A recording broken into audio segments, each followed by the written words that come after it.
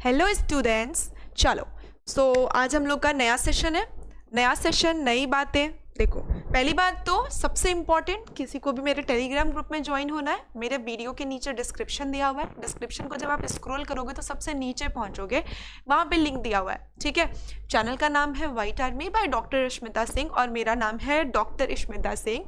मैं तुम लोगों को बायोलॉजी पढ़ाती हूँ। इनफैक्ट हम लोग बेसिकली अभी जूलॉजी कर रहे हैं, यानी कि हम कंप्लीट बायोलॉजी करेंगे class 11th and class 12th before NEET exam. और नीट एग्जाम में बाकी है अभी टोटल 80+ डेज, यानी हमको टारगेट लेके चलना है 80 दिन का।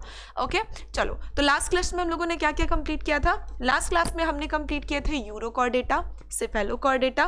बेसिकली हमने यहाँ से नॉन कॉर्डेटे अपने पूरे कर लिए थे। नॉन कॉर्डेटा में हमारे पॉरीफेरा आते हैं, सीलेंट्रेटा आते हैं, टीनोफोरा आते हैं, इसके अलावा प्लाटीहेलमिन्थस आते हैं, एस्कीहेलमिन्थस आते हैं। ये दोनों अपने पैरासाइट होते हैं। इसके बाद अपना आता है एनेलिडा। एनेलिडा में हमारे अर्थवर्म्स आते हैं। एनेलिडा के बाद आता है आर्थ्रोपोडा।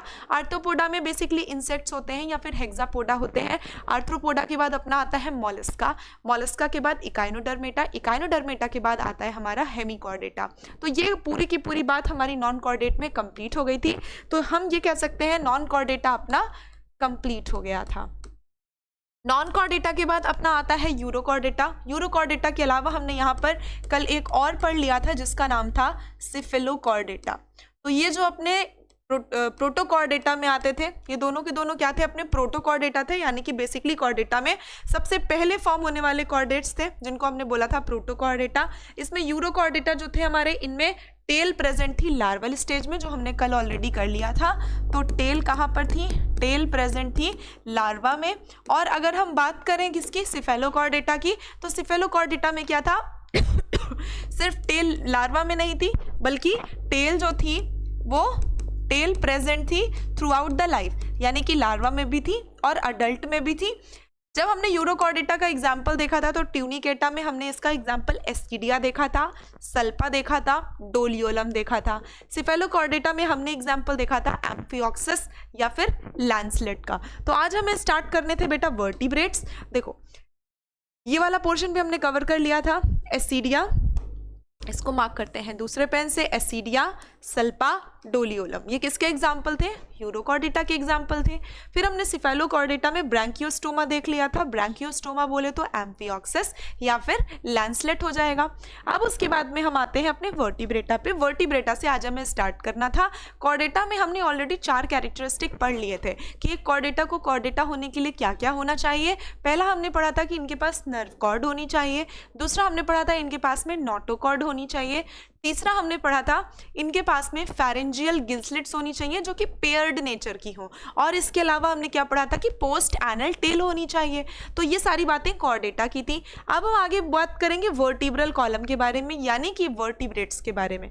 जब हम कल की क्लास पढ़ रहे थे तो हमने ये भी देखा था कि ये जो अपने वर्टिब्रेट्स होते हैं, ये जो वर्टिब्रेट्स होते हैं, इनमें क्या होता है? इनमें हमारी जो नोटोकॉर्ड होती है बच्चा, जो नोटोकॉर्ड है उसको रिप्लेस कर दिया जाता है। नोटोकॉर्ड को रिप्लेस कर दिया जाता है, रिप्लेस कर दिया जाता है किससे? वर्टिब्रल कॉलम से। ठीक है, इसको रिप्लेस किससे कर दिया जाता है बच्चे? वर्टिब्रल कॉलम से। ठीक है, इतना हमने कल की क्लास में पढ़ लिया था कि यहाँ पर 3 पार्ट होते हैं कॉर्डेटा के। इसमें हमें जो नोटोकॉर्ड है वो सिर्फ लार्वा की टेल में दिखती है। यहाँ पर हमको जो टेल है वो पूरे जिंदगी भर दिखती है, अडल्ट में भी दिखती है और लार्वा में भी दिखती है और पूरी बॉडी में दिखती है, थ्रू आउट द लाइफ दिखती है। जबकि वर्टिब्रेटा में क्या होते हैं? यही नोटोकॉर्ड रिप्लेस हो जाती है, इसको सब्सटीट्यूट कर दिया जाता है किससे? वर्टिब्रल कॉलम से। इतना हमने कर लिया था। अब देखो, वर्टिब्रेटा को आगे हमें देखना है तो सबसे पहले हम आते हैं अपनी एनसीईआरटी पे। सबसे पहले हम आते हैं बेटा अपनी एनसीईआरटी पे। यहाँ पर स्टार्ट करते हैं पढ़ना द मेंबर्स ऑफ सब फाइलम वर्टिब्रेटा। इनमें क्या होता है बच्चे? इनमें होती है नोटोकॉर्ड जो कि इनके एम्ब्रियो में प्रेजेंट होती है। मैंने अभी बोला notochord replaced by vertebral column, मतलब कि जो एम्ब्रियो था, जो बच्चा था, उसके अंदर सबसे पहले क्या था? नोटोकॉर्ड थी। अब ये नोटोकॉर्ड रिप्लेस हो जाएगी कार्टिलेजिनस या बोनी वर्टिब्रल कॉलम से। तो मैम कार्टिलेजिनस किस में होगी और बोनी किस में होगी? तो बेटा देखो, जैसे जैसे इवोल्यूशन होता गया, ऐसा तो है नहीं कि हम डायरेक्टली बन गए होंगे, हमसे पहले और भी कॉर्डेट्स बने होंगे। जैसे सबसे पहले अपना एसिडिया बना, सल्पा बना, डोलियोलम बना, सबसे सिंपल कॉर्डेटा है ये। इसके बाद में क्या हुआ, फिर अपने ब्रैंकियोस्टोमा बने, ब्रैंकियोस्टोमा में एम्फियोक्सस और लैंसलेट बने। ये दोनों जब बन गए उसके बाद फिर क्या बने, फिर अपने वर्टिब्रेटा बने और जब वर्टिब्रेटा बन रहे होंगे तो ये भी क्या हुए होंगे बच्चे, ये भी दो पार्ट में डिवाइड हुए होंगे, यानी कि कुछ होंगे जो पहले बने होंगे, कुछ होंगे जो बाद में बने होंगे। तो जैसे जैसे कॉम्प्लेक्सिटी आती गई ये वर्टिब्रल कॉलम बोनी होता गया। लेकिन जो हमारे अर्ली वर्टिब्रेट्स थे, जैसे कि हमारे क्या क्या हो गए, अपने रेप्टाइल्स हो गए, ठीक है, अपने जो रेप्टाइल्स हैं वो हमसे पहले के वर्टिब्रेट हैं, ठीक है, तो उनमें क्या होगा, उनमें हमको देखने को मिलेगा कार्टिलेजिनस वर्टिब्रल कॉलम। बर्ड्स में बोनी मिलेगा, हम में बोनी मिलेगा। लेकिन उसके पहले अपने जितने भी एम्फीबियंस हैं, ठीक है, रेप्टाइल्स हैं, इन सब में हमको कैसा देखने को मिलेगा, वर्टिब्रल कॉलम कार्टिलेजिनस। यानी कि इवोल्यूशन जैसे जैसे होता गया वर्टिब्रल कॉलम बोनी होता गया। लेकिन वर्टिब्रल कॉलम की शुरुआत तो वर्टिब्रेटा से ही हो गई थी। और वर्टिब्रेटा का सबसे पहला मेंबर जो था बेटा वो फिशेस थी। फिशेस में भी कौन था, फिशेस में भी कौन था बेटा, फिशेस में भी अपनी साइक्लोस्टोमा थी। इनको तो हम ट्रू फिश तक नहीं बोलते, है ना। तो यहाँ पर क्या है, ये हमारी जो साइक्लोस्टोमेटा है ये भी वर्टिब्रेटा है, ये अपने कॉन्ड्रिक्थीज ऑस्टिक्थीज ये भी अपनी वर्टिब्रेटा है, ये ट्रू फिशेस होती हैं। तो इनके अंदर भी वर्टिब्रल कॉलम पाया जाएगा। लेकिन वो जो वर्टिब्रल कॉलम मिलेगा ना, वो जो वर्टिब्रल कॉलम मिलेगा ना बेटा, वो अपना कार्टिलेजिनस नेचर का होगा, बोनी नहीं होगा। और एक बात और यहीं से सीख लो, क्या सीख लो बेटा, यहाँ पर ये जो अपनी तीनों देखने को मिल रही है, कॉन्ड्रिक्थीज, ऑस्टिक्थीज और साइक्लोस्टोम, ये तीनों मिला करके हैं क्या, ये तीनों फिशेज हैं।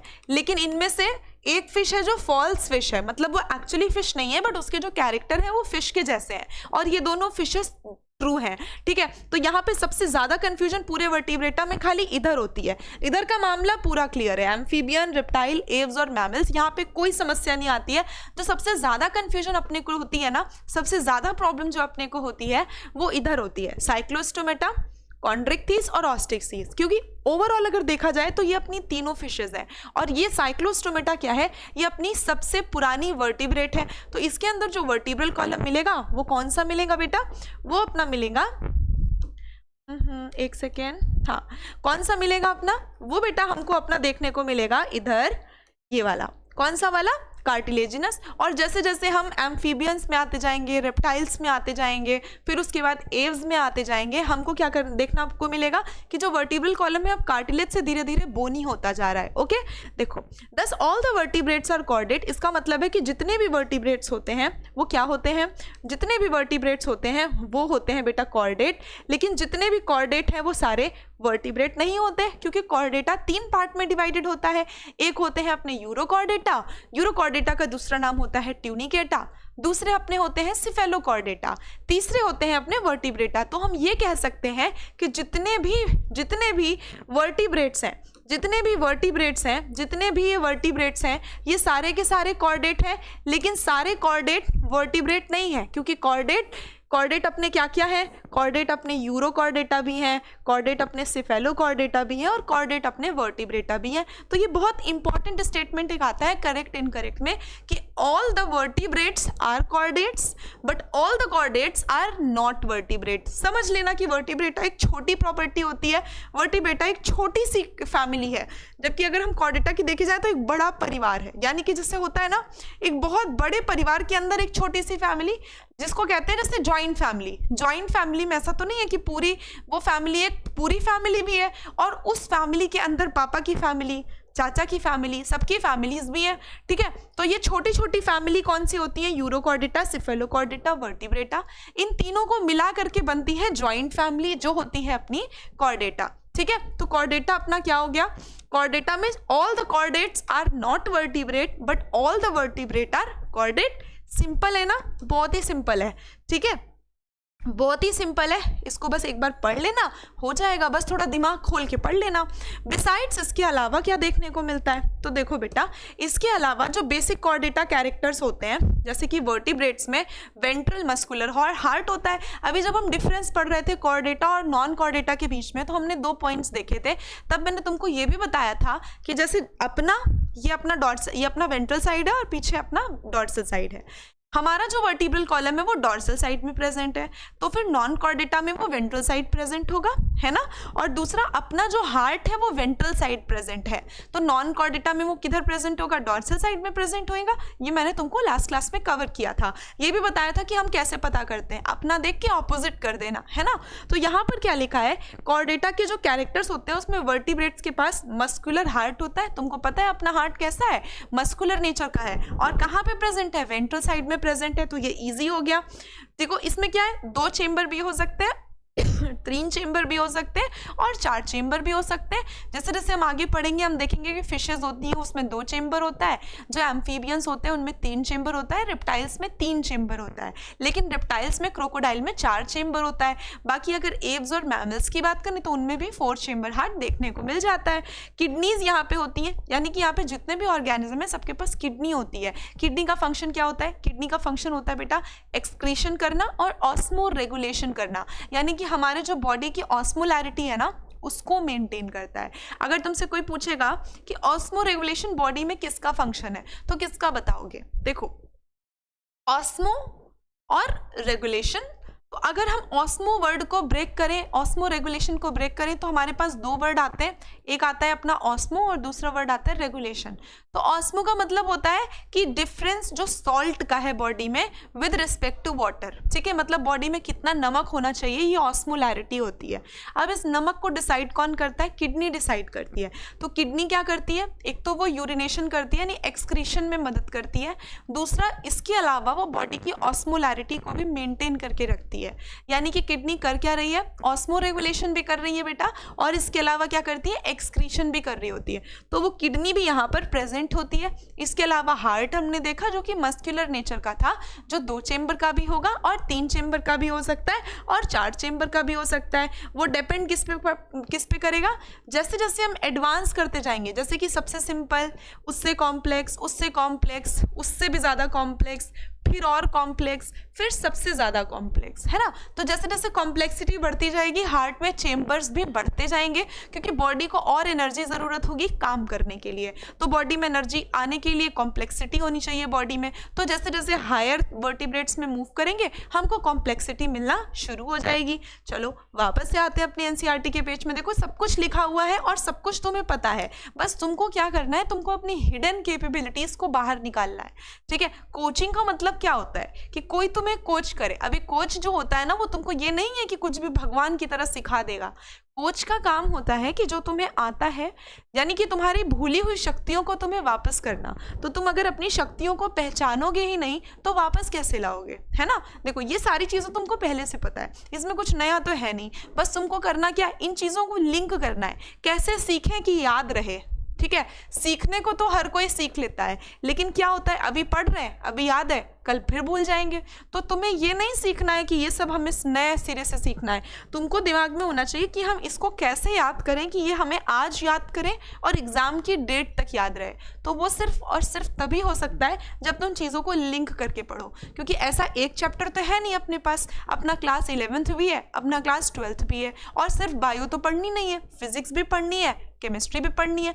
तो ऐसा पढ़े ना कि ये भी पढ़ जाए, वो भी पढ़ जाए और हर चीज़ याद रहे, क्योंकि सिलेक्शन ऐसे तो नहीं होगा। तुम्हें भी पता है कि हर किसी के बस की नहीं होती सिलेक्शन लेना। अगर हर किसी के बस की होना तो हर कोई डॉक्टर नहीं बनेगा, ठीक है भाई। हर कोई डॉक्टर बन जाएगा तो पेशेंट कौन बनेगा, ठीक है। तो इसलिए ना ऐसा काम करो जो दूसरों से थोड़ा अलग हो, दूसरों से अलग हो, दूसरों से जल्दी सीखोगे, दूसरों से जल्दी दिमाग चलेगा। सबके पास 24 घंटे होते हैं, सबके पास वही कंटेंट है जो तुम्हारे पास है, ठीक है। अब किसी के पास ज़्यादा कंटेंट है, जिसके पास किसी के पास कम कंटेंट है। तो बेटा जिसके पास ज़रूरत से ज़्यादा कंटेंट है ना वो अभी भी कंटेंट ही पढ़ रहा है। तुमको प्रिसाइज करना है अपने कंटेंट को, कैसे मैं उस 50 पन्ने 500 पन्ने के रजिस्टर को 50 पेज में कन्वर्ट करूं। अगर तुम उस 500 पन्ने के रजिस्टर को 50 पन्ने में कन्वर्ट करने में कामयाब हो जाते हो तो तुम बेटा नीट में रैंक लेके आओगे, ठीक है। ये मेरी बात तुम लिख के रख लो। लेकिन तुम्हें पता ही नहीं है, तुम क्या करते हो, कंटेंट बढ़ाते जा रहे हो। 4 टीचर का कंटेंट, 5 टीचर का कंटेंट, 1000 टीचर का कंटेंट लेके रखे हो। बेटा कंटेंट लेकर के क्या उसको रद्दी के भाव ही तो बेचोगे बाद में। इसलिए अच्छा है ना ये चीज़ पढ़ो और चीज़ों को देखो कि लिंक कैसे करें, कैसे अपनी कंटेंट को शॉर्ट करें। जहाँ पे एक बच्चा है जो बैठ के 10 किताबों से एनिमल किंगडम पढ़ रहा है, तुम ये देखो कि कैसे मैं इन 15 पेजों को पढ़ करके पूरा नंबर लेके आऊँ। ठीक है, ये नहीं होता है तुमसे कोई एग्जाम में ये पूछने नहीं आएगा कि तुमने कितने पेज की बुक पढ़ी है, कौन कौन से टीचर से पढ़ा है। वहाँ पर वो पेपर एनसीईआरटी से बनाएगा और वहाँ पर ही हर बच्चे का नंबर आएगा। ठीक है, तो वहाँ पे चाहे तुम 1000 पेज पढ़ के बैठे हो, चाहे तुम 50 पेज बैठ के बैठे हो, तुम ये भी देखोगे अक्सर वही बच्चा सेलेक्ट होता है जो 50 पेज बैठ के पढ़ा होता है, क्योंकि दिमाग तो उतना ही है ना, कितना घुसोड़ोगे उसके अंदर, और उसके अलावा आलतू फालतू बातें भी घुसेड़नी होती हैं। तो इसलिए बेटर है कम पढ़ो, अच्छा पढ़ो। जितना कम पढ़ोगे, जितना कम कंटेंट पढ़ोगे, उतना तुम्हारे दिमाग में हर चीज़ आएगी, हर चीज़ यहाँ घुसी रहेगी। ये नहीं इधर से घुसी इधर से निकल गई, अभी एनिमल किंगडम पढ़ लिया यहाँ घुस गया, अगला चैप्टर ह्यूमन रिप्रोडक्शन चालू किया, ये चैप्टर गया, है ना। तो ऐसा नहीं करना है, ऐसा तभी नहीं होगा जब कंटेंट कम होगा, क्योंकि ऑब्वियस सी बात है ना कि दिमाग तो हमारा वही है ना 1200 सीसी, अभी उसमें तुम और डालते रहोगे और डालते रहोगे, कितना कितना अकोमोडेट कर पाओगे, कुछ नहीं अकोमोडेट कर पाओगे। एट द एंड क्या होगा, सारे अस्त्र शस्त्र फेंक करके ऐसे चले आओगे। मैम इस बार भी नहीं हुआ, ठीक है। तो अल्टीमेट है डॉक्टर बनना, अल्टीमेट ये नहीं है कि तुमको फिलॉसफी करनी है, इसमें पीएचडी करनी है, ठीक है। चुपचाप से पढ़ो, एनसीईआरटी 15 पेज का है, ढंग से एक लाइन भी पढ़ोगे ना तो भी हो जाएगा। चलो अब देखो इसके बाद में क्या होता है, अब हम आते हैं बेटा आगे। आगे एनसीईआरटी बेटा बात करती है किसके बारे में, देखो सबसे पहले ये देख लेते हैं, ये है अपना साइक्लोस्टोमेटा, यानी कि अब अगर हमको शुरू करना है, हमने वर्टिब्रेटा देख लिया, हमने अपने प्रोटोकॉर्डेट्स देख लिए, अब हमको शुरू करना है साइक्लोस्टोमेटा।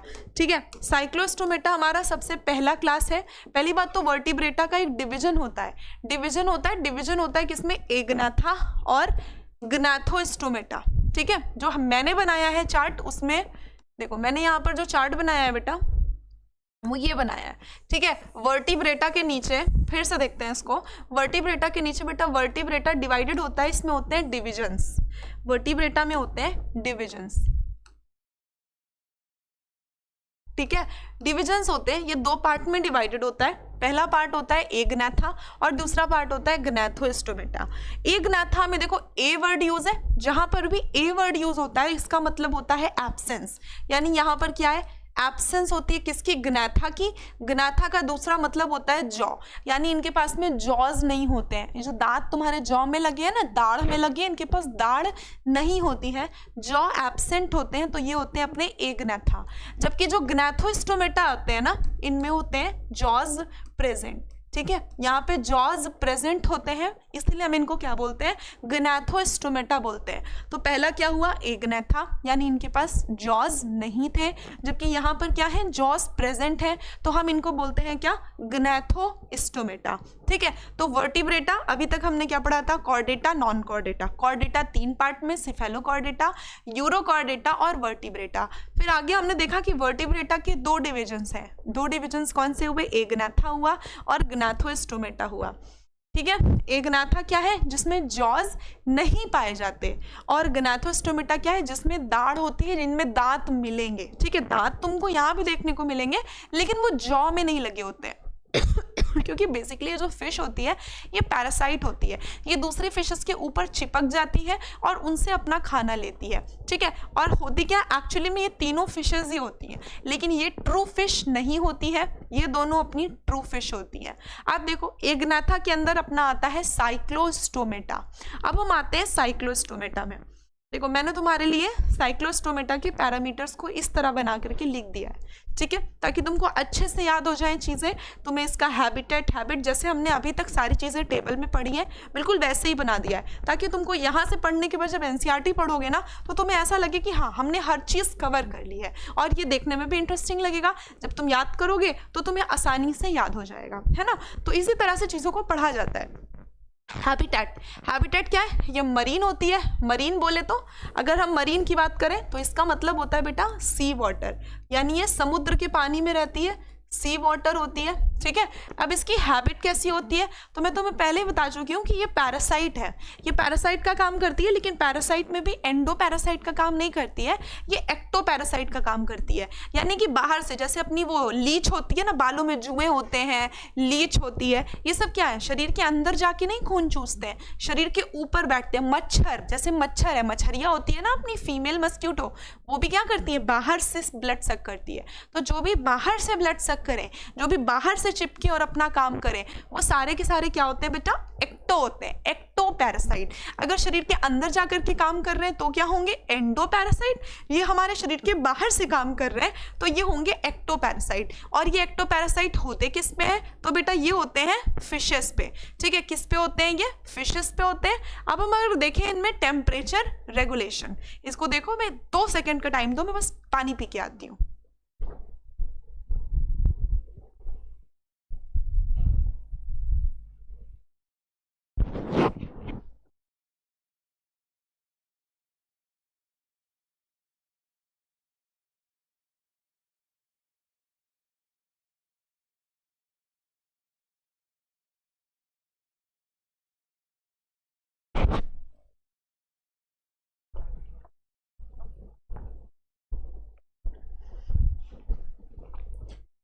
हाँ जी बेटा, देखो ये क्या है? एक्टोपैरासाइट है फिशेस पे, यानी कि फिशेस के ऊपर ये चिपक जाती हैं और जो खाना फिश खाती है उसका जो बचा हुआ खाना होता है ये उस पर चिपकी रहती है, उसको खा लेती हैं, यानी इनडायरेक्टली इनको शिकार भी नहीं करना पड़ा।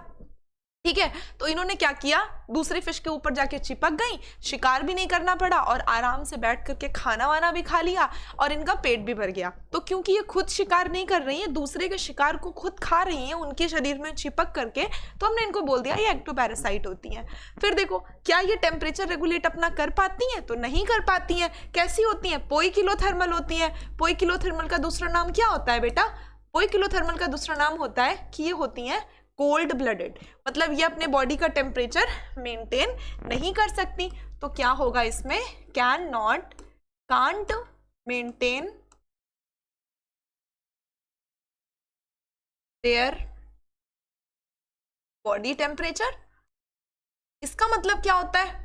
देखो, जब मैं तुम्हें पढ़ाती हूँ ना तो मैं ये सोच के पढ़ाती हूँ कि मैं किसी क्लास 8th या 9th के बच्चे को पढ़ा रही हूँ, ठीक है, 10th के बच्चे को पढ़ा रही हूँ। इसका मतलब ये है कि उन बच्चों को कुछ नहीं पता, बिल्कुल भी नहीं पता, वैसा पढ़ा रही हूँ। ये नहीं है कि चलो हाँ पोइकिलोथर्मल होता है, कोल्ड ब्लड होता है, जाके खुद समझ लो।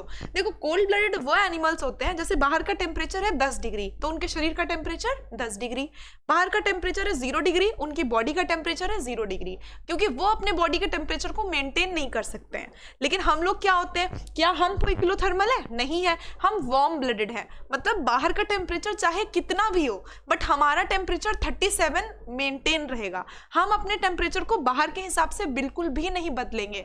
ऐसे समझ सकते हो, हम लोग स्वेटर पहनते हैं, हम लोग स्वेटर पहनते हैं क्यों? ताकि हम अपने शरीर को गर्म रख सके। मतलब हम क्या कर रहे हैं? हम अपने बॉडी के टेम्परेचर को मेंटेन कर रहे हैं, ठीक है। तो हम क्या है? Warm blooded. ये हमसे ऑपोजिट होते हैं, ये अपनी बॉडी का टेम्परेचर मेंटेन नहीं कर सकते। जितना टेम्परेचर बाहर का है उतना ही टेम्परेचर अंदर का रहेगा। तो ये क्या हो गया? अपने कोल्ड ब्लडेड। इनके बाहर यानी एक्सोस्केलेटन में इनके पास क्या स्केल्स होते हैं? तो इनके पास नहीं होते हैं। स्केल्स क्या है? एब्सेंट है। एंडोस्केलेटन अगर हम देखें, शरीर के अंदर कोई ढांचा है क्या? तो इनके पास बेटा कार्टिलेजिनस क्रेनियम और वर्टिब्रल कॉलम होता है। देखा, अभी मैंने तुम्हें थोड़ी देर पहले क्या बताया था कि यहाँ पर नोटोकॉर्ड रिप्लेस होती है वर्टिब्रल कॉलम से। तब मैंने बोला था कि वर्टिब्रल कॉलम जो है वो पहले कार्टिलेजिनस आया। जैसे जैसे हम कॉम्प्लेक्सिटी की तरफ बढ़ते गए, वो जो वर्टिब्रल कॉलम था वो कार्टिलेजिनस से क्या होता गया? बोनी होता गया। तो यहाँ पे क्या है? ये सबसे सिंपलेस्ट है। तो यहाँ पे हमें कार्टिलेजिनस क्रेनियम, क्रेनियम का मतलब जिसके अंदर ब्रेन होता है वो, और इसके अलावा वर्टिब्रल कॉलम देखने को मिल गया। एंडोस्केलेटन था क्या? हाँ। एक्सोस्केलेटन था क्या? नहीं। ठीक है, अब देखो इनके पास अपेंडेजेस कैसे होते हैं? अपेंडेजेस मतलब हाथ पैर। तो इनके पास बेटा फिन्स होते हैं, लेकिन वो भी अनपेयर्ड होते हैं, मतलब उसमें पेयरिंग नहीं होती है, अनपेयर्ड होते हैं। मतलब या तो एक होगा, है ना, या तो एक होगा, या तो 3 होगा, या फिर 5 होगा, या फिर 7 होगा। ठीक है, लेकिन इसमें क्या होंगे? पेयरिंग नहीं होंगी, ये सब अकेले अकेले होंगे। ऐसा नहीं है जैसे मेरा ये हाथ और ये हाथ पेयर में है, एक हाथ मेरा यहाँ पर ऐसा दिख रहा है, दूसरा हाथ छोटू सा पिद्दू सा यहाँ पैर में निकला हो, चिन्नू सा। ठीक है, तो मतलब दोनों अलग अलग शेप और साइज के हो तो वो अनपेयर्ड होते हैं। तो इसी तरह से इनके पास फिन्स प्रेजेंट है। ये हम कैसे देख सकते हैं? हम आते हैं अपने साइक्लोस्टोमेटा के डायग्राम पे। ये देखो, लाइव एग्जाम्पल देख लो तुम। ये देखो, एक फिन ये प्रेजेंट है, इसका पेयरिंग में यहाँ दूसरा फिन होना चाहिए था लेकिन नहीं है। ये देखो यहाँ पे एक फिन है, इसके पेयरिंग में यहाँ दूसरा फिन होना चाहिए था, नहीं है। इसका मतलब है इसके पास दो फिन्स हैं, लेकिन दोनों कैसे हैं, अनपेयर्ड हैं, इनकी पेयरिंग नहीं प्रेजेंट है। ठीक है, गॉट माई पॉइंट, बस यही कहने की कोशिश कर रही थी मैं। देखो आगे देखो, इनका जो मुंह होता है, यानी इनकी जो डाइजेस्टिव सिस्टम होता है बेटा, इनके पास सर्कुलर मुंह होता है, गोल गोल होता है। भाई ये सकिंग है ना, ये पैरासाइट है, तो इनका मुंह ऑब्वियस है कि गोल होगा। याद करो जब एस्कीहेलमिंथस पढ़ा था तो भी मैंने पढ़ाया था कि उनका ट्रायंगुलर माउथ होता है, याद आया? इस तरह से पढ़ाया था? नहीं पढ़ाया था, ठीक है, हम तो सिर्फ एनसीईआरटी पढ़ रहे हैं। जब मैं ऑफलाइन क्लासेस में पढ़ाती हूँ बेटा, तो मैं वहाँ पर ये डायग्राम भी पढ़ाती हूँ, ट्रायंगुलर माउथ वाला, ठीक है। बट यहाँ पे यूट्यूब पे हम लोग शॉर्ट क्लास कर रहे हैं, जल्दी जल्दी खत्म कर रहे हैं, तो हम लोग ये एक्स्ट्रा एनसीईआरटी से बाहर का नहीं कर रहे हैं, ठीक है। देखो यहाँ पे क्या होते हैं, सर्कुलर एंड सकिंग माउथ होता है, विदाउट जॉज। इनके पास जॉज नहीं प्रेजेंट होते भाई, जब इनके पास एग्नैथा है ना, ये एग्नैथा के पास जॉज तो होना ही नहीं चाहिए था, ठीक है। अब देखो, और इनके पास में ये रिस्पायरेशन कैसे करते हैं, तो मरीन है, पानी में रहते हैं, तो गिल से करेंगे, तो इनके पास में 6 से 15 पेयर गिल स्लिट्स प्रेजेंट होती हैं, 6 से 15 पेयर गिल स्लिट्स पाई जाती हैं। सर्कुलेटरी सिस्टम क्लोज्ड होता है, ठीक है। एक्सक्रीटरी सिस्टम, यहाँ पर आगे हमको हर जगह किडनी ही देखने को मिलेगा। रिप्रोडक्टिव सिस्टम बेटा, अब देखो यहाँ पे ध्यान रखना, ये इतने बेवकूफ होते हैं, भगवान ने इनके पास, देखो भगवान ने इनके पास भेजा तो भेजा, पर भेजे में भेजा ही नहीं भेजा। इनके पास भगवान जी ने क्या किया, क्रेनियम तो इनको दे दिया, लेकिन क्रेनियम में दिमाग देना भूल गए। इनका क्या हुआ, ये अपना दिमाग लगाई कि अरे ऐसा कैसे हो सकता है, भगवान जी ने मुझे दिमाग नहीं दिया। एक काम करती हूँ, मैं तो ना समुद्र में रहती हूँ, मैं अपने बच्चे को ना फ्रेश वाटर में पैदा करूंगी, मैं जाऊंगी अपने बच्चे को फ्रेश वाटर में पैदा करूंगी। अब ये गई, इनको ये नहीं पता था कि ये जाएंगी फ्रेश वाटर में बच्चा पैदा करेंगी, लेकिन तुम्हारी तो आदत समुद्र में रहने की है ना भाई, तुम तो मर जाओगे। ये क्या करेंगी, अपना दिमाग लगाएंगी। लेकिन क्या हुआ, भगवान ने इनका भेजा तो भेजा है, पर भेजे में भेजा ही नहीं भेजा। तो ये क्या करेंगी, समुद्र में जाएंगी, वहां पर ये स्पॉनिंग करेंगी, मतलब अपने अंडे देंगी, और अंडे देने के बाद में ये वहीं पे मर जाएंगी, ठीक है। अब इनका जो लार्वा है, जब वो बड़ा हो जाएगा तो वो वापस अपना समुद्र में चला आएगा। इनके पास क्रेनियम है पर दिमाग नहीं है, लेकिन इन्होंने दिमाग लगाने की सोची, इन्होंने सोचा एक काम करते हैं, चलो दिमाग लगाते हैं। इन्होंने दिमाग लगाया, गई, इन्होंने कहा मैं अपने बच्चे को फ्रेश वाटर में पैदा करूंगी, यू नो फ्रेश वाटर कितना कीमती होता है, फ्रेश वाटर है ना। तो फ्रेश वाटर में अपने बच्चे को पैदा करने गई, अपने बच्चे को पैदा कर लिया, लेकिन ये तो मर गई, क्योंकि इनका जो आदत था, ये अडेप्टेड थी कहाँ रहने के लिए, समुद्र में रहने के लिए। अब जब इनका बच्चा बड़ा हो गया तो वो वापस से समुद्र में लौट आया, ठीक। इनके बारे में सबसे खास बात ज़्यादा वो यही है रिप्रोडक्टिव सिस्टम में। अब डेवलपमेंट कैसा होगा, तो ऑब्वियस है कि बच्चा समुद्र में नहीं पैदा हुआ था, बच्चा नदी में पैदा हुआ था, लेकिन उसको समुद्र में रहने के लिए खुद को बदलना पड़ेगा। तो यहाँ पे डेवलपमेंट कैसा देखने को मिलेगा, इनडायरेक्ट डेवलपमेंट देखने को मिलेगा। लार्वा जो फ्रेश वाटर में आया था, पैदा हुआ था, वो ओशियन में रिटर्न हो जाता है मेटामॉर्फोसिस के बाद, मतलब वो कुछ फूटेगा, उसके बाद क्या होगा, वो मेटामॉर्फोसिस करेगा, फूटने को बोलते हैं मेटामॉर्फोसिस करना, मेटामॉर्फोसिस करेगा और अडल्ट बनेगा। जब ये अडल्ट बनेगा तो ये समुद्र में वापस आ जाएगा। तो ये सारी बातें अपनी किसके लिए हो गई, ये सारी बातें हो गई बेटा अपने साइक्लोस्टोमेटा के लिए। एक बार ये सारा एक रीड कर लो, उसके बाद आगे बढ़ते हैं, ठीक है। एक बार इस सारे को रीड कर लो। कुछ बच्चे पूछ रहे थे कि मैम हम लोग लाइव क्लासेस नहीं करेंगे क्या। बेटा हम लोग लाइव क्लासेस बहुत जल्दी शुरू करेंगे, ठीक है, विद इन अ वीक और so I am planning for the live class, ठीक है। अब आगे बढ़ते हैं। साइक्लोस्टोमेटा हमने कर लिया। देखो साइक्लोस्टोमेटा में हमने ये देख लिया अपना पेट्रोमाइजोन ने दिमाग लगाने की कोशिश की, ठीक है। क्या हुआ, पेट्रोमाइजोन लैंप लेके गई, कैसे याद रखेंगे इसको, पेट्रोमाइजोन जो थी लैंप लेके गई, ठीक है। पेट्रोमाइजोन नहीं थी, जो मिक्जीन थी अपनी, वो लैंप लेके गई, पेट्रोल डालना भूल गई तो हग दी वहीं पे, ठीक है। मिक्जीन लैंप लेके गई थी हगने के लिए, लेकिन उसमें पेट्रोल डालना भूल गई, ठीक। मिक्जीन लैंप लेके गई थी हगने के लिए, लेकिन पेट्रोल डालना भूल गई, ठीक।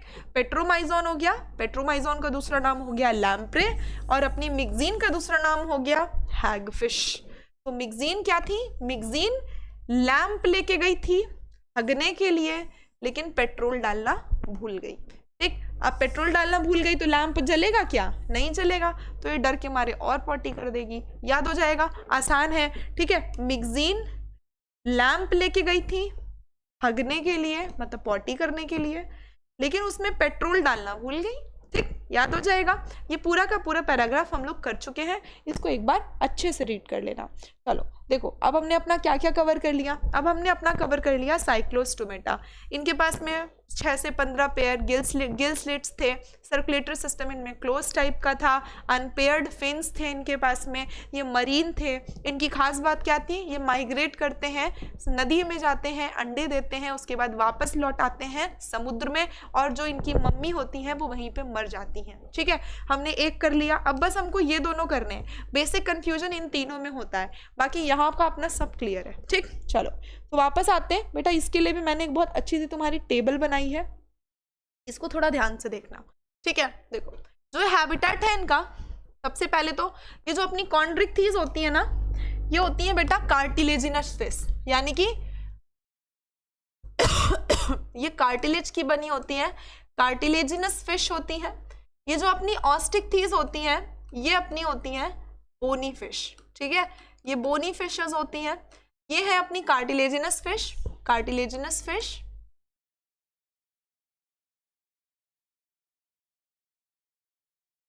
और ये है अपनी बोनी फिशेस। ठीक है, देखो सबसे पहले हम इन दोनों को समझेंगे। इनका जो हैबिटेट होता है ये मरीन होता है। सबसे पहली बात तो जो फिशेस हम लोग खाते हैं, देखो जो फिश तुम खाते हो उसमें हड्डियां निकलती हैं। कहते हैं ना कि मछली में कांटे होते हैं, खाओगे तो फंस जाएंगे, तो यहाँ पे गर्दन में चोट लग जाएगा। तो वो जो कांटे होते हैं वो एक्चुअली हड्डी होती है मछली की। तो वो अपनी कौन सी फिश हुई? बोनी फिश हुई। जो ये कार्टिलेजिनस फिश होती हैं, इनको कोई खाता नहीं है, इनको तुम खा ही नहीं सकते हो क्योंकि ये तुम्हें खा जाएंगी। ठीक है, तो यहाँ पे क्या है, ये जो अपनी फिशेज हैं ये कार्टिलेजिनस है। इनमें इनका हैबिटेट कैसा है? इनका हैबिटेट होता है बेटा मरीन, ये बेसिकली समुद्र में रहने वाली होती हैं। जबकि जो अपनी बोनी फिशेज होती हैं ये समुद्र में भी मिलेंगी और फ्रेश वाटर में भी मिलेंगी। जैसे कि अपनी वो हो गई कटला, हो गई कटला खाते हो ना, रोहू खाते हो, ये सब फ्रेश वाटर की बोनी फिशेस होती हैं। तो मतलब ये सिर्फ समुद्र में पाई जाती हैं। बोनी फिशेस अपनी समुद्र में भी पाई जाती हैं और फ्रेश वाटर में भी पाई जाती हैं।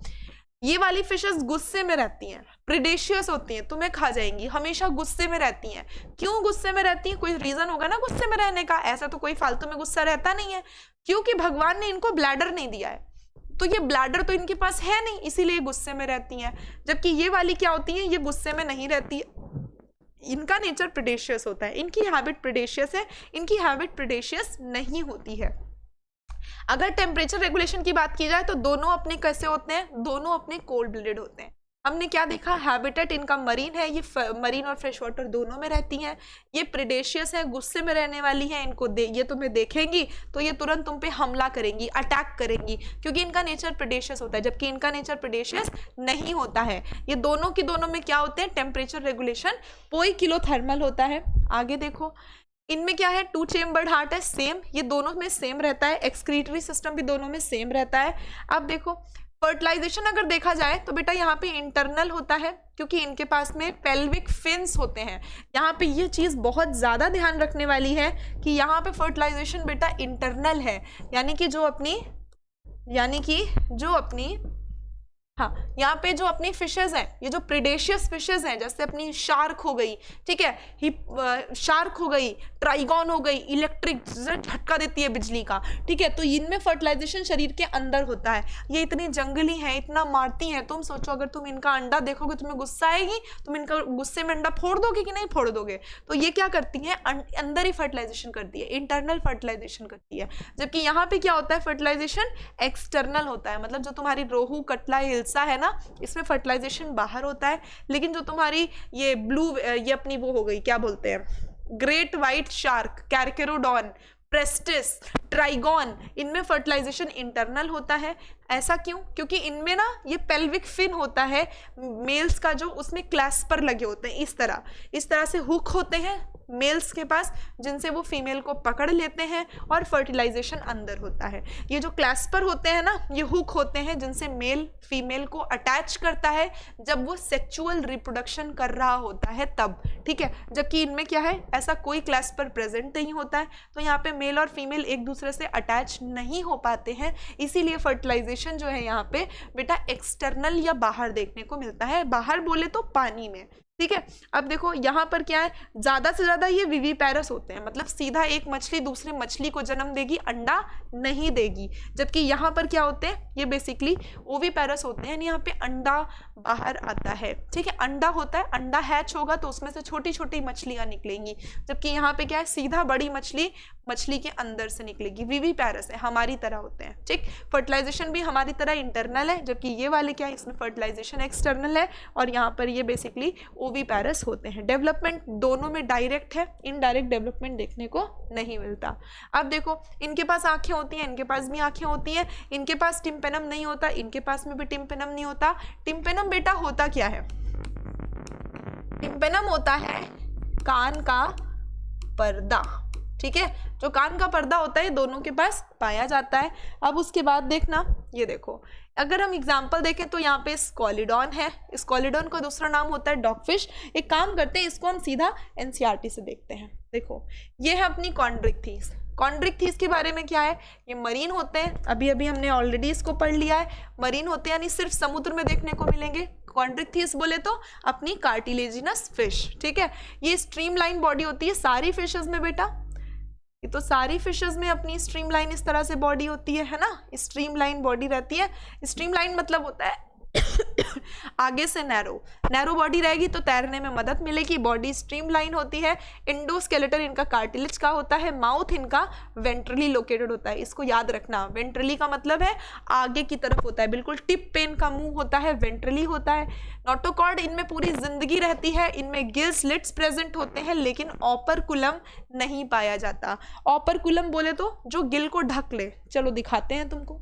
देखो ये फिश, देखो इसके गिल स्लिट यहाँ पर थे, लेकिन ऊपर से कवरिंग ने इसको ढक लिया, तो इसमें ऑपरकुलम पाया जाता है। लेकिन अगर हम अपनी अभी कॉन्ड्रिक्थीस वाली फिश को दिखाएं, जैसे कि ये है अपनी कॉन्ड्रिक्थीस फिशेस, ठीक है। ये देखो, इनमें गिल स्लिट्स तुमको दिख रहे हैं ना, ये देखो एक गिल स्लिट, ये दूसरा, ये तीसरा, ये चौथा, पांचवा, छठा, सातवां, आठवां, ये गिल स्लिट देखो, लेकिन किसी से ढके नहीं हुए हैं, तो मैं दूर से दिख रहे हैं, तो मतलब यहाँ पे ऑपरकुलम देखने को नहीं मिलेगा। ये फिशेस हमेशा गुस्से में रहती हैं क्योंकि इनके पास एयर ब्लैडर नहीं पाया जाता, इनके पास ऑपरकुलम नहीं पाया जाता। इनमें हमें गिल स्लिट देखने को मिलते हैं, लेकिन ऑपरकुलम एब्सेंट होता है। चलो वापस आते हैं अपने जहाँ पे हमने लिखा हुआ था। देखो अब यहाँ पे क्या है, इनकी स्किन बहुत टफ होती है। इनके पास कौन से प्लैकॉइड स्केल्स होते हैं, तो बेटा इनके पास में प्लैकॉइड स्केल होते हैं। एक बात याद रखना, सी के साथ सी नहीं होगा। क्या मैम, हमको कुछ समझ में नहीं आया आप क्या बोल रही हो। सी बोले तो कॉन्ड्रिक्थीस, ठीक है, और सी बोले तो ctenoid scale. Ctenoid scale present होंगे ऑस्टिकथीस के साथ, और कॉन्ड्रिक्थीस के साथ में प्लैकॉइड स्केल पाए जाएंगे। यानी कि सी के साथ सी कभी नहीं होगा, दो सी कभी एक साथ नहीं रह सकते। सी क्या होता है वो, अब वो तो तुम बेहतर तरीके से समझ रहे होगे मैम सी क्या होता है, अब वो बताने की मुझे ज़रूरत नहीं है। सी क्या होते हैं, क्यूट होते हैं, ठीक है। तो यहाँ पर क्या होता है बेटा, जो अपनी कॉन्ड्रिक्थीस होती है, ठीक है, कॉन्ड्रिक्थीस में हमको देखने को मिलते हैं प्लैकॉइड स्केल, ठीक है। कॉन्ड्रिक्थीस में हमको क्या देखने को मिलेंगे, कॉन्ड्रिक्थीस में हमको प्लैकॉइड स्केल देखने को मिलेंगे। जबकि अगर हम ऑस्टिकथीस की बात करें, ऑस्टिकथीस में हमको टिनॉइड स्केल देखने को मिलेंगे, ठीक है। तो यहाँ पर क्या है, अपनी जो फिशेस हैं वो दो है। अब देखो यहाँ पे क्या, सी के साथ, इस सी के साथ सी देखने को नहीं मिलेगा, दोनों सी अलग अलग रहेंगे, ऐसे याद कर लेना, ठीक है। अब देखो टीथ जो है इसमें प्लैकॉइड स्केल के बने होते हैं, जो बैकवर्डली, इनके दांत पीछे की तरफ डायरेक्टेड होते हैं। यानी कि अगर तुम्हें किसी भी डॉग फिश स्कॉलिडॉन ने खा लिया तो तुम जितना उसके मुंह से भागने की कोशिश करोगे उतना तुम उसके दांतों में धंसते चले जाओगे। दांत ऐसे है, तुम भागने की कोशिश कर रहे हो, दांत तुम्हारे अंदर धंसता चला जाएगा, क्योंकि इनके दांत पीछे की तरफ डायरेक्टेड होते हैं, ताकि इनका जो प्रेडेटर है, जिसको इन्होंने खाया है, अपने प्रे को, वो प्रे इनके मुंह से भाग ना सके। ठीक है, तो इनके जो दांत हैं वो बैकवर्डली डायरेक्टेड होते हैं। इनके जॉज बेटा बहुत पावरफुल होते हैं। ये एनिमल्स प्रेडेशियस होते हैं, मैंने बोला था ये हमेशा गुस्से में रहते हैं। ठीक है, क्यों? क्योंकि इनके पास ब्लैडर नहीं पाया जाता। अब ब्लैडर नहीं पाया जाएगा तो ये गुस्से में क्यों है? क्योंकि इनको लगातार तैरना पड़ेगा। ये लगातार तैरेंगे तब जा करके क्या, तभी ये स्विम नहीं करेंगे। अगर ये तैरना बंद कर दें तो ये क्या होंगे, डूब के मर जाएंगे। सोचो पानी में ही रहते हैं, अगर तैरना बंद कर देंगे तो डूब के मर जाएंगे। इसीलिए हमेशा गुस्से में रहते हैं, क्योंकि कहते हैं यार मेरे को तुमने ब्लैडर नहीं दिया है। वो मुझसे छोटकी छोटकी फिशेज हैं जो ऑस्टिकथीज में है, वो एयर ब्लैडर लेके घूम रही हैं और रोज सुबह आती हैं, मुझे चिढ़ा करके चली जाती हैं। यार मेरे को अच्छा नहीं लग रहा है, मतलब ये तो मेरी प्रेस्टीज के खिलाफ हो गया। मैं इतना बड़ा इंसान, इतना हैवी शरीर मेरा, इतना गुस्से वाला हूँ मैं, मतलब डरावना लगता हूँ देखने में, लेकिन तुमने मेरे को ब्लैडर नहीं दिया। ठीक है, इसीलिए गुस्से में रहते हैं, क्योंकि अगर ये नहीं स्विम किए तो ये डूब जाएंगे, और ये डूब जाएंगे तो ये मर जाएंगे, सिंक हो जाएंगे। ठीक, इनके पास 2 चेम्बर का हार्ट होता है, जो कि इनके पास भी होता है और ऑस्टिकथीज के पास भी होता है। तो हार्ट कैसा है? 2 चेम्बर्ड है, एक ऑरिकल एक वेंट्रिकल है। इनके पास इलेक्ट्रिक ऑर्गन होते हैं जिनका नाम है टॉर्पीडो। टॉर्पीडो जो फिश होती है बेटा करंट मारती है। बैठी होगी, तुम तो कोई शरारती, तुम्हें शरारत सूझेगी, तुम उसके पास जाओगे, छेड़खानी करोगे, ऐसे करंट मारेगी ना, चारों खाने चित हो जाओगे। ठीक, तो जो टॉर्पीडो होती है अपनी, वो कैसी होती है? इलेक्ट्रिक फिश होती है। इसके अलावा कुछ के पास जहर वाला ग्लैंड होता है, यानी कि स्टिंग करते हैं, डसते हैं। कौन होते हैं वो? तो बेटा वो होते हैं अपने कौन से, ट्राइगॉन होते हैं। ट्राइगॉन के पास पॉइजन होता है। टॉर्पीडो के बाद इलेक्ट्रिक ऑर्गन होता है, तो ये क्या करते हैं, उसी से जहर देते हैं और झटके देते हैं। इसके अलावा बेटा ये पोइकिलोथर्मल होते हैं। इनमें सेक्सेस जो है वो सेपरेट होते हैं, यानी मेल मछली और मछला अलग अलग होंगे। मेल में पेल्विक फिन होते हैं जिसमें क्लास्पर प्रेजेंट होता है। इनमें इंटरनल फर्टिलाइजेशन देखने को मिलता है, और बहुत सारे जो है वो विविपैरस होते हैं। इसके एग्जाम्पल याद कर लेना, बहुत इंपॉर्टेंट है। स्कॉलिडॉन हो जाएगा बेटा डॉग फिश, प्रेस्टिस हो जाएगा सॉ फिश, कैरकेरोडॉन हो जाएगा ग्रेट वाइट शार्क। ये वही शार्क है जो बहुत हैवी होती है, एक टन वजन होता है इनका, टनों में वजन। ठीक है, तो ये कैरकेरोडॉन हो गई। फिर अपनी आती है ट्राइगॉन। ट्राइगॉन क्या होती है? ग्रेट, ये ट्राइगॉन स्टिंग रे फिश होती है। ठीक है, स्टिंग रे या पॉइजन रे। टॉर्पीडो क्या होती है? Electric ray fish. अब इसके बाद अपनी आती है ऑस्टिकथीज। ऑस्टिकथीज में हमें क्या पढ़ना है? ज़्यादा कुछ नहीं पढ़ना है। इनके पास ऑपरकुलम होता है, एयर ब्लैडर होता है, बाकी ये ओविपैरस होती हैं। डेवलपमेंट इनमें डायरेक्ट होता है, उनमें भी डायरेक्ट था, और एक्सटर्नल फर्टिलाइजेशन होता है। इतनी सी बात तुमको याद करनी है। और इनका जो माउथ होता है वो टर्मिनल होता है। टर्मिनल बोले तो बिल्कुल आगे की तरफ, वहाँ पर माउथ कैसा था? वेंट्रल। वेंट्रल साइड कौन सी होती है? नीचे वाली। वहाँ पर मुंह नीचे साइड था, मान लो ये बॉडी है, ऐसे मुंह निकला होगा। यहाँ पर ये बॉडी है और ऐसे मुंह निकला होगा, वहाँ पे ऐसे, यहाँ पे ऐसे। ठीक, बस इतनी सी बात थी। इसमें हमें कई सारी फिशेस देखने को मिलती हैं। जो समुद्र में रहती है उसको बोलते हैं एक्सोकीटस। ठीक, ये ग्लाइडिंग करती है, देखने में लगता है उड़ रही है, तो बोलते हैं फ्लाइंग फिश। फिर अपनी आती है हिप्पोकैम्पस या सी हॉर्स। समुद्र के बाद में साफ पानी में रहने वाली जो तुम खाते हो, लेबियो या रोहू, कटला, क्लैरियस यानी मागुर। एक्वेरियम में रहने वाली बेटा होती है फाइटिंग फिश, ये खूब लड़ती रहती हैं आपस में। ठीक है, और टेरोफाइलम यानी कि एंजल फिश। अब देखो, अब इसके बाद में बेटा अपने चार बचे हैं क्लासेस। ये क्लासेस बहुत आसान है, इनमें अब हमें ज़्यादा कुछ नहीं करना है, मेजर पोर्शन हमने कर लिया है। ठीक है, देख लेते हैं एक बार क्या क्या बचा है, उसके बाद हम लोग इस चैप्टर को आज खत्म कर देते हैं। देखो, एम्फीबियंस मरीन और फ्रेश वाटर दोनों में मिलते हैं। टेरेस्ट्रियल और एक्वेटिक दोनों होते हैं। ठीक, ये क्रीपिंग क्रॉलिंग होते हैं, यानी ये चलते नहीं है, रेंगते हैं। इनमें डुअल लाइफ होती है। डुअल लाइफ बोले तो वाटर में भी रहते हैं, वाटर के अलावा ये लैंड पे भी रहते हैं। ठीक है, इनसे बड़ा रंगबाज कोई नहीं है। जब मन करेगा पानी में रहेंगे, जब मन करेगा लैंड पे रहेंगे। ये जो होते हैं इसमें ज़्यादातर क्या है, फेदर्ड बर्ड्स होती हैं, इनके पास में पंख होते हैं। ये हम लोग क्या होते हैं, वॉकिंग के लिए, चलने के लिए ज़मीन पे अडेप्टेड होते हैं। ये सारे अपने कोल्ड ब्लडेड होते हैं, 2 अपने होते हैं वार्म ब्लडेड, एक तो चिड़िया और एक हम। ठीक, अब इसके बाद अगला देख लेते हैं। देखो सर्कुलेटरी सिस्टम, यहाँ पे 3 चेम्बर होते हैं, सारी चीज़ मैंने यहाँ पे लिख दी है, 3 chamber, 4 chamber, 4 chamber, 4 chamber. Okay, जबकि क्या है, सब में किडनी होती है जो वही ऑस्मो रेगुलेशन कर रही है। अगर हम यहाँ पे बात करें किसकी, फर्टिलाइजेशन, तो फर्टिलाइजेशन यहाँ पर इंटरनल था, कॉन्ड्रिक थी, इसमें फर्टिलाइजेशन बेटा इंटरनल था, यहाँ पे एक्सटर्नल है, यहाँ पे एक्सटर्नल है, बाकी हर जगह इंटरनल फर्टिलाइजेशन है। तो यहाँ पे तुमको याद क्या रखना है, एक्सटर्नल और एक्सटर्नल याद रखना है, बाकी सब में इंटरनल होता है। ठीक, फिर अगर हम विविपैरिटी या ओविपैरस की बात करें तो बेटा यहाँ पे ये विविपैरस है और ये विविपैरस है।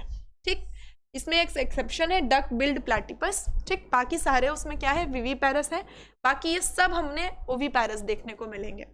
डेवलपमेंट बेटा यहाँ इनडायरेक्ट होता है सिर्फ एम्फीबियंस में, बाकी हर जगह पे डायरेक्ट डेवलपमेंट होता है। यहाँ पे बेटा टिम्पेनम नहीं पाया जाता, जबकि यहाँ पर टिम्पेनम क्या है, प्रेजेंट है, टिम्पेनम ही ईयर होता है, यहाँ भी टिम्पेनम ईयर होता है। ठीक है, लेकिन ये इनके पास ईयर पिन्ना नहीं होता, एक्सटर्नल ईयर ओपनिंग नहीं होती है, ईयर पिन्ना नहीं होता है, बाकी इनके पास सब कुछ होता है। यहाँ पे टिम्पेनम पाया जाता है।